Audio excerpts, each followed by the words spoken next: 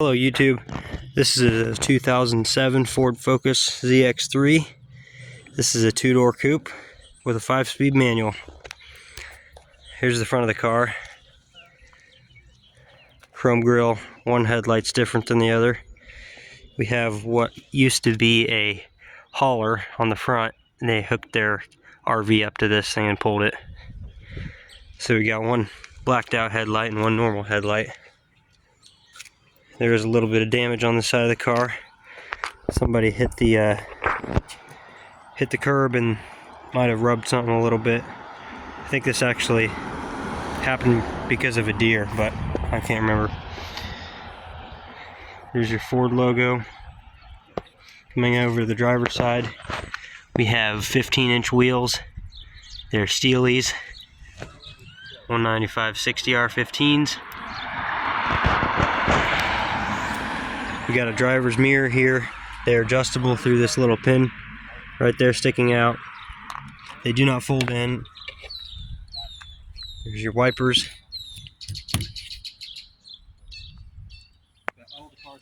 It's got a little bit of trim over here. It's quite a bit rusty. These cars, when left out, they sure got a lot of rot on them. New tires on the back here. Something got a little bit scratched up there. Might have rubbed on one of those little pillars going around a bank or something. No rear doors on this one. Here's the back lights, which are up a little bit by the rear glass here, which I think is kind of interesting with this design. This is the same design as the original Focus, but just with some updated features. Newer radio, newer front end, some different stuff. There's your high mount. It's got a rear wiper, and then of course your Ford logo. There used to be some Focus badges over here and a little ZX3 emblem, but those fell off. Some scratches on the rear bumper, and there's your 2-inch exhaust. Coming over to the right side of the car, we got the fill door on the opposite side of the driver. A little bit of pinstriping along the side. Door handles, they tend to break on these. I seem to hear that a lot. It's got some drum brakes in the rear here, front discs and rear drums. This side seems to be a lot better in terms of rust. There's some starting at the bottom of the door there. And then here's this damaged side over here. You do have blinkers. Well, actually no, the blinkers are in the front light there. Those are just marker lights. A couple scuffs, and then that's where you would have your fog lights if you had the SE trim or the SES maybe. And there's again your tow hooks and whatnot up here. So let's go ahead and get inside the car. I got the Ford key here, and these tended to break off right there where the hook goes on, so this is an aftermarket one, but no power locks here. This is a S model with lowest trim. Ford floor mats, crank windows, and manual locks. Got a little Focus badge there on the grill, speaker grill. That's how you move your mirrors using this little thing. You don't have to reach outside and push them, which is kind of nice. Door pockets, a little drink holder in the door there. 2007. And here's your driver's seat. It's got the tilt forward, tilt back, and then for the back seat guys to get out, you'd push this and roll the seat forward. Here, looking at the dash, we have lights, parking lights, headlights and off, and then we have the dash dimmer right here. Dims the lights on the dash. Sitting in the driver's seat, we have the horn. Pretty high-pitched, annoying little horn. And then there's the gauges. We have a tachometer in this one and a speedometer.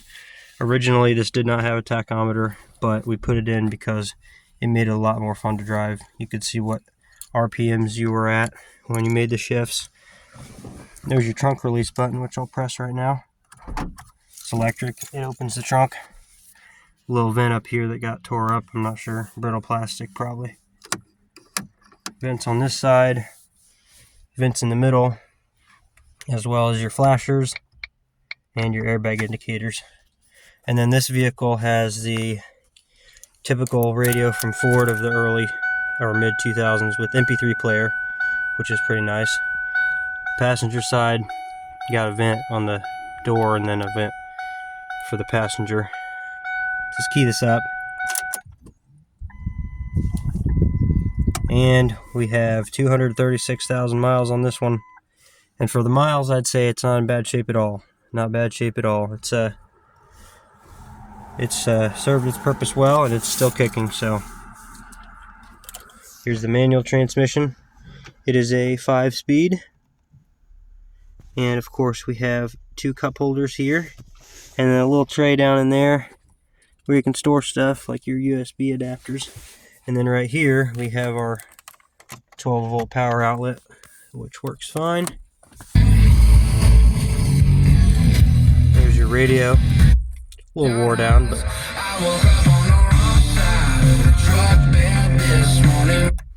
really loud and still works really well after all those years. So here's the passenger seat. Nothing special about it. All you really have is a crank window and a lock. And then we've got our glove compartment, of course. Plenty of different CDs you can store in there.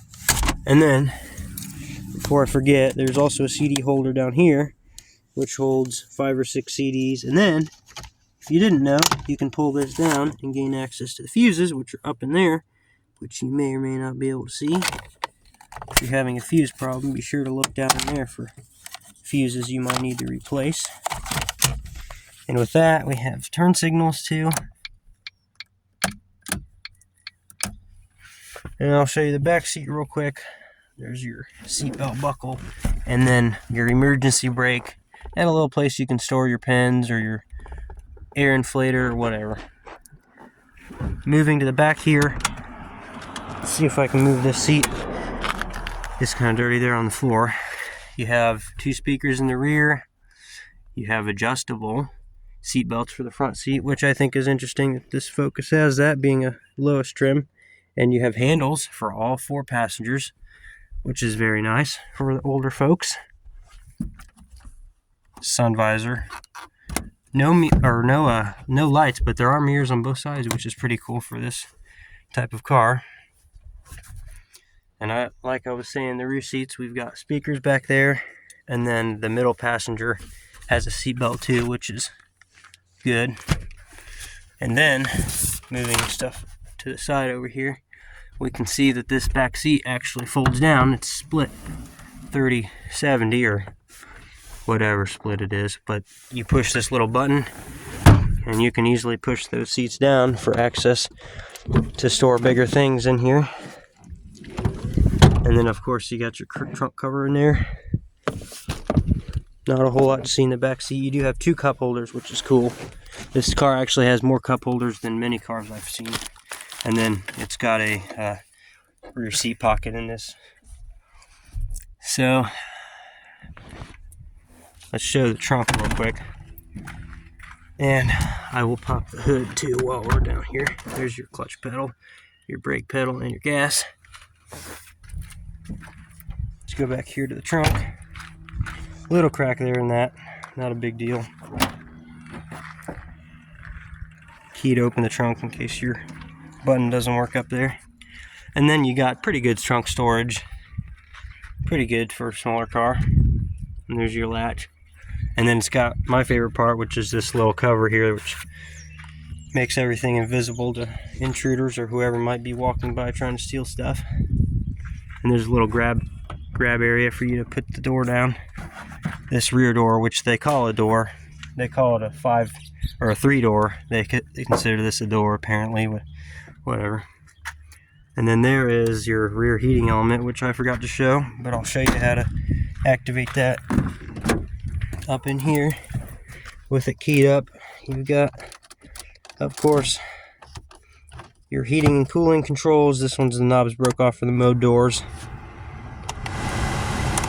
Heater works fine, and then you have your rear defrost, your AC, and your recirculation. These are driven by actual cables, so they will snap and they will get bound up. That's just one of those things that happens with older cars. Now, I'll start this thing up and we'll go look under the hood.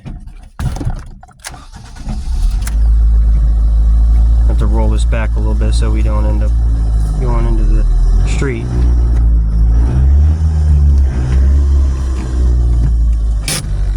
Parking brake is broken on this car, so we're going to try to be careful here. Make sure this thing doesn't roll away.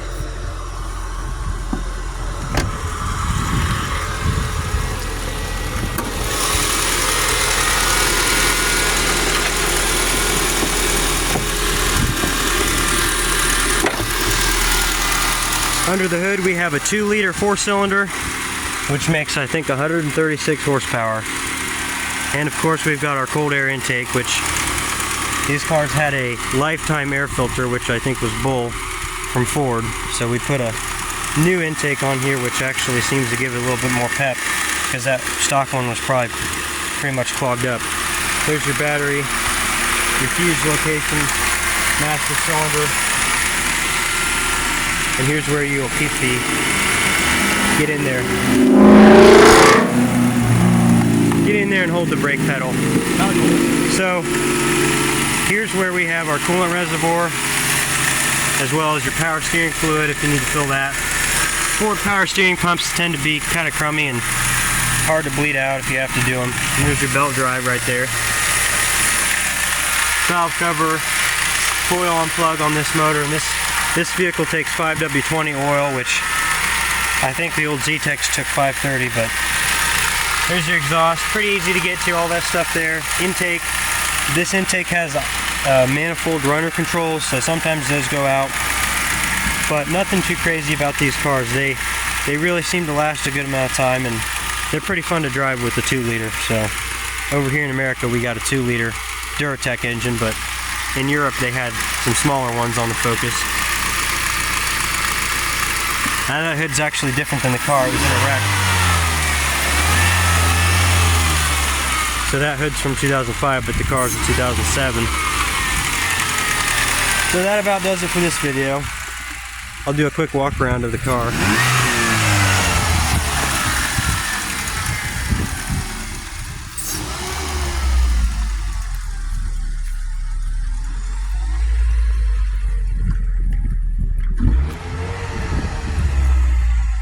Well, anyway, thanks for watching. I hope you enjoyed the video. We try to get a lot of cars on the channel so you guys can see what they're like. Alright, be sure to subscribe and like. Thanks for watching.